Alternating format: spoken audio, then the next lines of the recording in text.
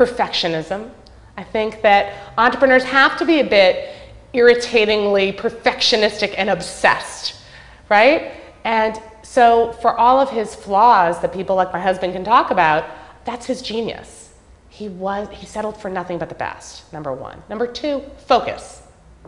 You know, where Sony went off and created hundreds of products and now you can't remember hardly any of them. Who talks about the Walkman these days? You know, Nintendo maybe. I mean, Steve Jobs is known for walking in after he'd been fired and came back to Apple and saying, we're making 4 products and they will be excellent.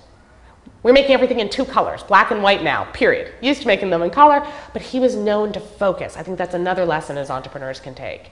And I think this concern for aesthetic and design, it used to be marginalized. Now I'm seeing so many entrepreneurs here in New York City coming up with entrepreneurial ideas that have an aesthetic, that are designed well, that do have the customer's use in mind. I think that we take from Steve Jobs. And finally, something that came from his biography that I hadn't really focused on, but was his use of space.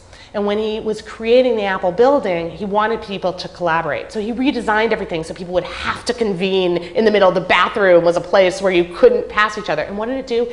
It made for instant collaboration. When we were designing Endeavor's offices, I kept that in mind. It said, how can we create a space where people are going to be forced to interact and not be in their silos? So I think for all of these things, for thinking big, for being a little crazy, for failing and coming back, his was not a linear story. He failed so many times and yet came back. For being creative, for being obsessive, for being perfectionistic. I think for all those things, we take from him.